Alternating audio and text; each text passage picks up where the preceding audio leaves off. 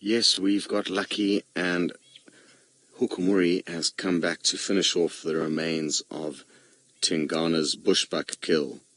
Now, for some of you that may not make sense, but basically the animal that this leopard is currently feeding on was initially killed by another big male leopard who's currently being pushed out of his territory by this individual that we're looking at here. And interestingly, it was initially hyena that stole the kill from the first leopard, and then this guy came in and somehow managed to get the kill away from the hyena. The two leopard were not actually seen interacting, but I've got a strong feeling that the other male, who initially had the kill stolen, was watching from a distance but decided not to get into this individual's way. So some interesting views here. It may be a little bit gruesome for some of you, but at the end of the day, it is just a wild animal having its dinner. And it's also, importantly, chomping through quite a lot of the carcass, indicating that they will eat just about everything they physically can.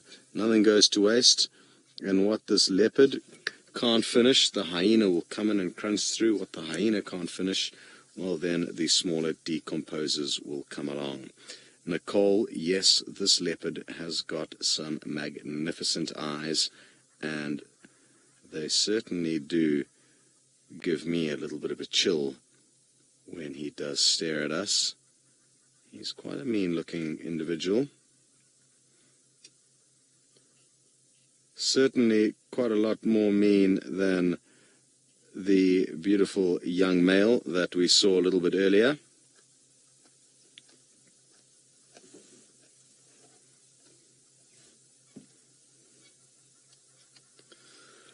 Wonderful stuff. Well, what a great evening it's been. I can't also believe, another thing that I can't believe is how close Tumba is, or was, at least this young male leopard that we were with prior to this individual, from where we are here. I would say a quarter of a mile. So not far at all. And imagine if Tumba stumbles onto the scene here. That will provide us with some great insight into what goes on between a more established dominant male and a much younger male who's not quite vying for dominance yet.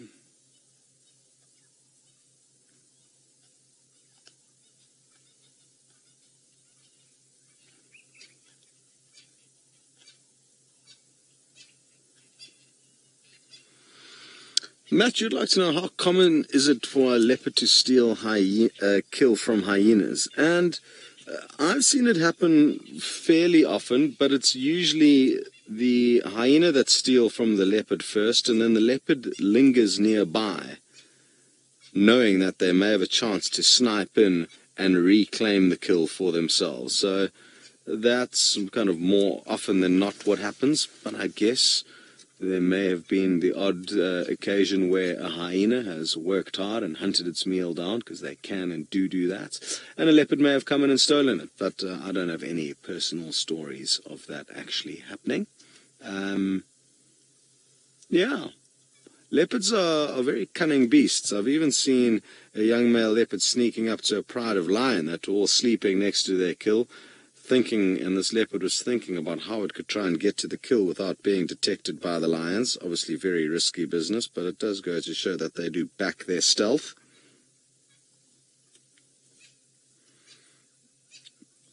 Now, there's not much of this kill remaining, so it's going to be interesting to see what he gets up to. I think he's going to possibly move off by the end of the safari and maybe take us for a drink. But only time will tell. Child of the Universe, you would like to know if I think Tumba can possibly smell the kill from where he is. Look, a quarter of a mile is quite a long way off to pick up the sense of something that's not really that big and or pungent. I mean, look, the bushbuck obviously does smell. But I would guess no. I would guess that where we left him was simply too far away. You'd have to come quite close by, and more importantly, and something that's going to be difficult for me to gauge exactly, is that the wind would need to be blowing in the perfect direction. If any leopard or hyena or any animal walked within 2 meters of this kill but had the wind in the wrong direction, blowing in the wrong direction, it wouldn't be able to smell it, even if it was that close. So But something that's important for us to remember is that even though the animal's senses are incredible, you will get these scenarios where, you know, the most ultimate senses are simply just in the wrong spot to pick up their smells or sounds, and therefore may oversee situations like this. If Tumba could smell it, and he did come close by, he would be incredibly cautious, because he knows full well that there could well be another predator around. At the moment, this individual's chewing, which will be audible to Tumba, and I think we'd be very lucky to even spot him if he did come in and sneak around and have a look here, because he would be on extra high alert and super stealthy.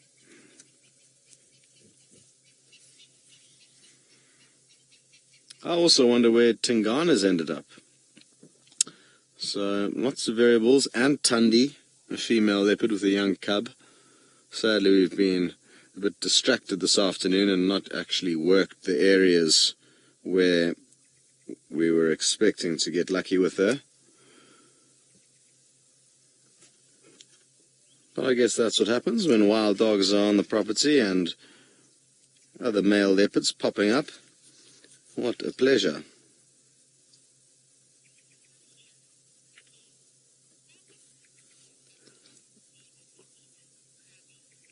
Kermie, you would like to know how often leopards need to eat?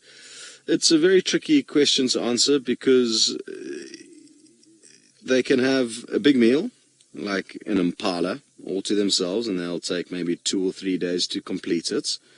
And once they've fed on an impala for 2 or 3 days solid, they'll easily be able to go for 5 days without having another meal.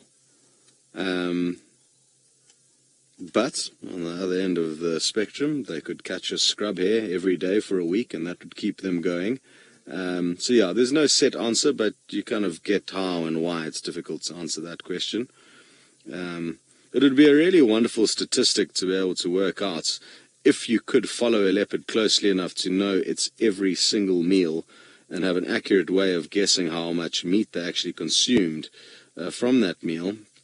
It would be absolutely fascinating. We, again, spend hours out here every single day, and we don't have a clue. I mean, so much happens without us knowing. I cannot emphasize.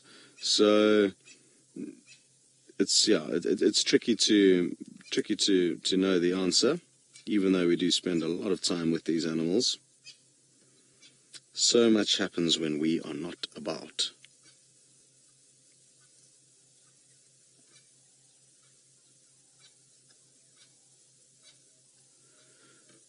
Well, there wasn't much remaining of this kill, but he's kind of doing his best to nibble off all the last little bits and pieces.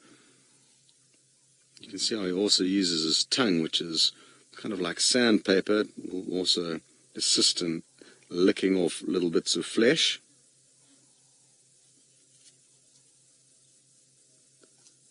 Oh, looks like the ears are next on the menu.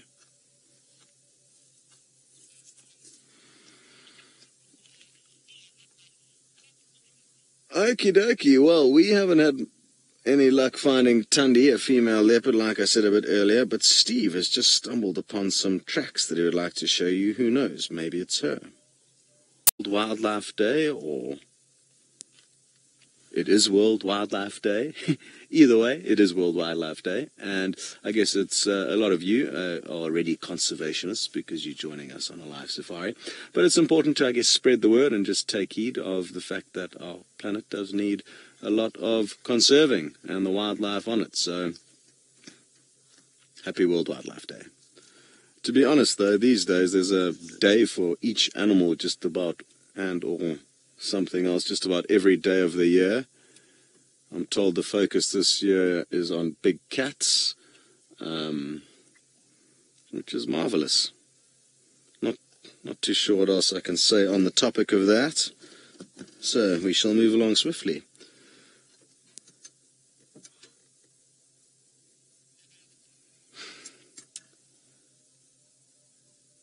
Now this big male leopard is finishing off the remains of a kudu kill. I'm hoping that he's going to finish off most of it prior to the end of the safari.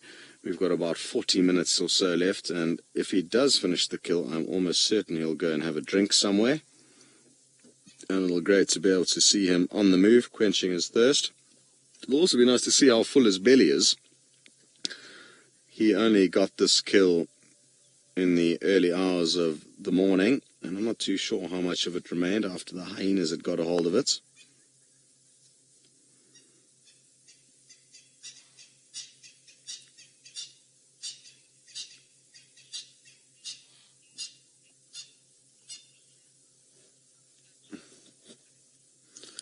Hello Pradeep, just 6 years old. You would like to know if I can hear the bones crunching, and yes I can, and if we all keep quiet maybe you can too.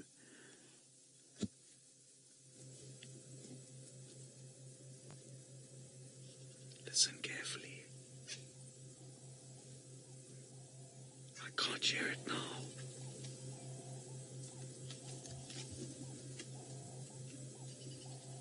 But let's wait for him to start going for it again.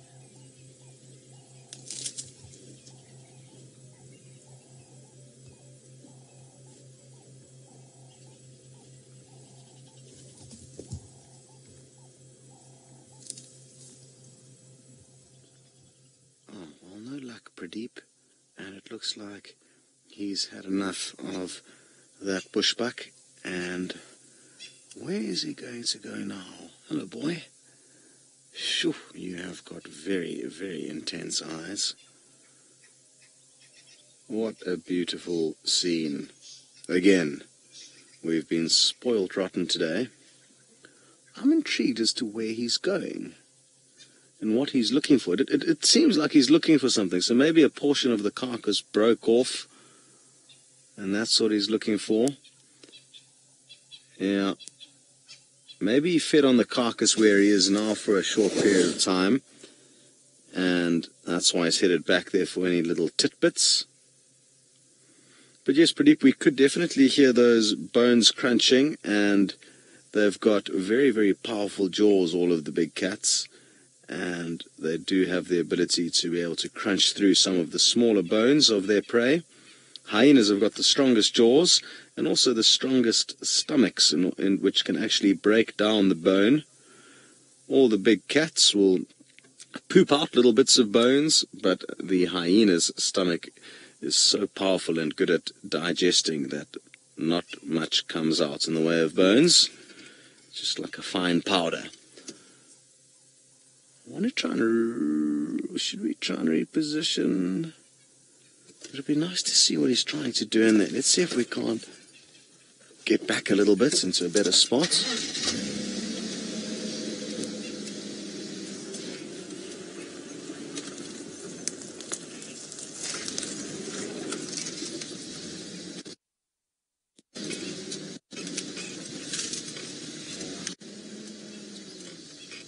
Might just work.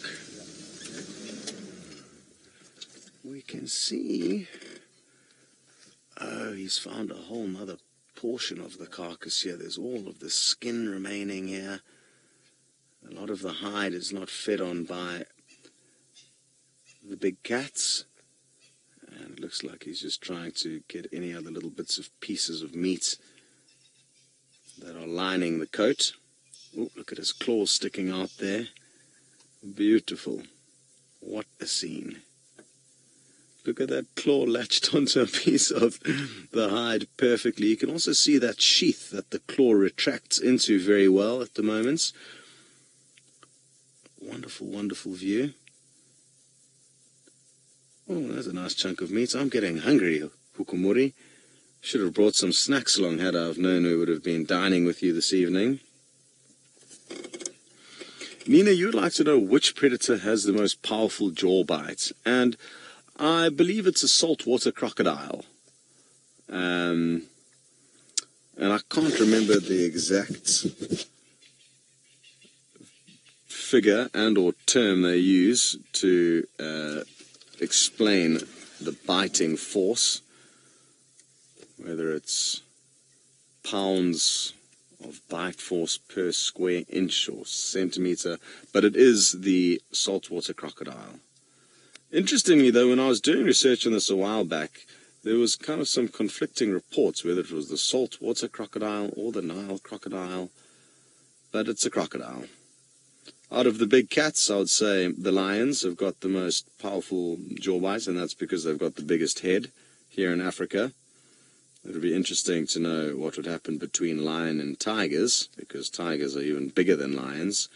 I'm guessing tigers would win that battle. What has always amazed me, is that, let me see if I can get back a little bit more. I think I can get us into slightly better spots. Maybe just back a tiny bit will do. There we go. Is that to eat fresh, unprocessed meat like this is very, very difficult. It's tough. We used to very soft, aged, and or cooked meat. So that just the fact that they have the ability to be able to feed on these carcasses is astounding. With all the sharp bones that they have to break through. I'm glad he's found another little kind of cache of food here. That little portion of the head that he had, he did well to finish off. And now he's got a few more snacks that he's making the most of.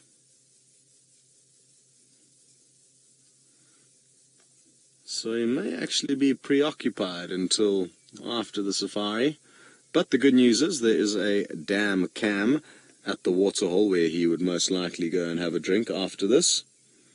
So you might be able to catch him on that.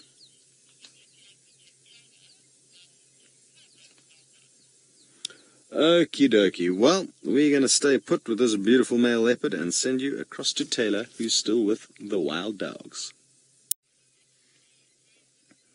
Well, I'm sure you had a magic time at the end of Steve's bushwalk there. A moment of peaceful quiet and some wonderful views. We don't have the best view here. We've been trying to position the vehicle to get you a little gap, but it's near impossible. At least we are nice and close, and I'm hoping that if he does continue to crunch down on some bones, we'll hopefully get you that audio. Seb's just kind of working out how much infrared light he needs. It was quite bright with our infrared lights with all that foliage. I think he's just using the little infrared camera light now, which is sufficient. Not a big extra light that we've got a funky rig. And it's all been bolted onto. Our crew does some fascinating work fine-tuning our pieces of equipment to all come together and bring you some magical moments. The infrared lights being one of the many technical things that have been added to our toy box.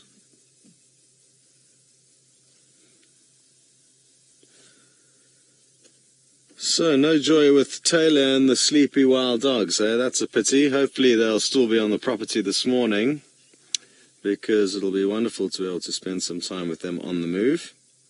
But sadly, they just move such big distances at such great speeds that, well, I guess when they are moving, that they could well be long gone in the morning.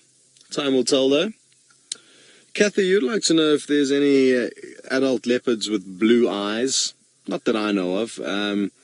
You get youngsters who, quite often with bluish eyes, and how long a youngster's eyes may remain blue for will vary. But upwards of a year of age, you know, I've never heard of any adult leopards with properly blue eyes. There may be a pale, ever so slightly bluish tint, but not like they are when they're youngsters.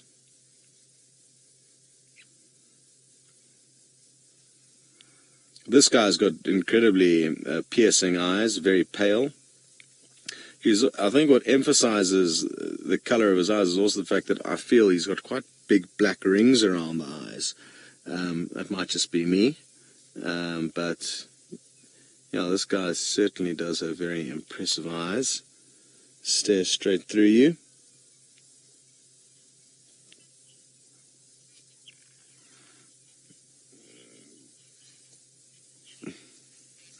Robert, you'd like to know if leopards don't usually eat their kill in a tree. Oh, he's having trouble getting it wherever he wants it to be. It's getting stuck on the branches. And no, the answer to that question is no, Robert. They don't eat in trees most often. If anything, they eat more often on the ground, even if they've actually brought their kill down from the tree to specifically feed on. It's far easier feeding on the ground than it is while you're balancing up in a tree. So yeah, they do eat up trees, there's no two ways about that, but usually that's only if there's a hyena below them or a good reason for them to be up there. Failing that, they will eat on the ground. And I guess that's why so often they lose their kills. The male leopard who lost his kill to the hyena, this very kill that this leopard's eating onto hyena last night, had it prepped and waiting at the base of a tree. But he didn't keep it up there. And I always wonder why they don't. I mean, it's ludicrous that they take the kill to the base of a tree with the plan that if something goes wrong, they can take it up there quickly, rather than just taking it up and then it's, the problem is solved before it begins. But a lot of the wild animals aren't as clever as we give them credit for. So yeah, some things are just difficult for our more developed human brains to understand, that being one of them.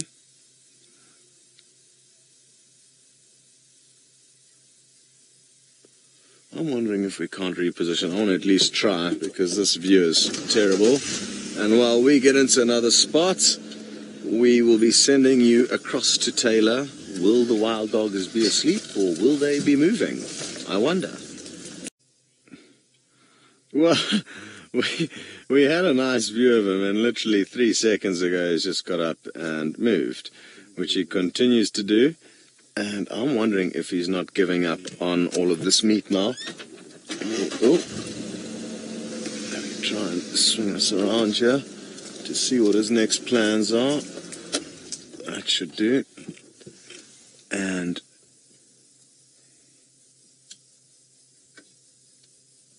is he going to go back to the head? He had the head of the bushbuck somewhere in that direction he's heading in, so he might go for one more little sniff around there. Or he may be thinking about going for a drink. I'm guessing that could well be the case. Excuse the big pole in the foreground there. It's unavoidable. It's a very important pole because it holds up the antenna that sends the picture eventually to you, wherever you're sitting in the world. And we're just in a bit of a tight spot here. So very good. Let's we need to move around now. It looks like he is heading towards some water for a drink. So that's some good news about that. And we just need to somehow get ourselves, or keep up with him.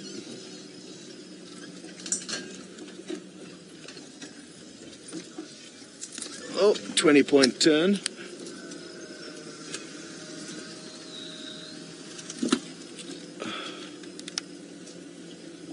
I think he may have just laid down over there. So let's see.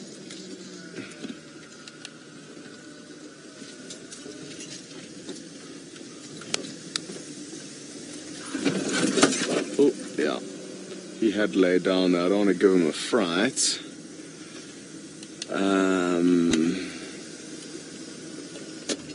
Let's see if we can get a glimpse. It's not going to be easy for Seb, but it's just through these bushes over here.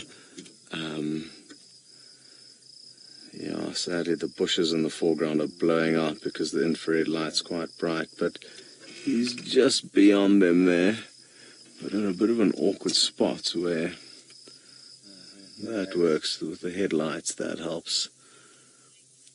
So I don't want to give him any unnecessary stress and pressure where he's trying to get comfortable after gorging himself on a bushbuck. So while we wait and see if he doesn't present himself to us in a better spot, we shall send you back to Taylor and the sleepy hounds.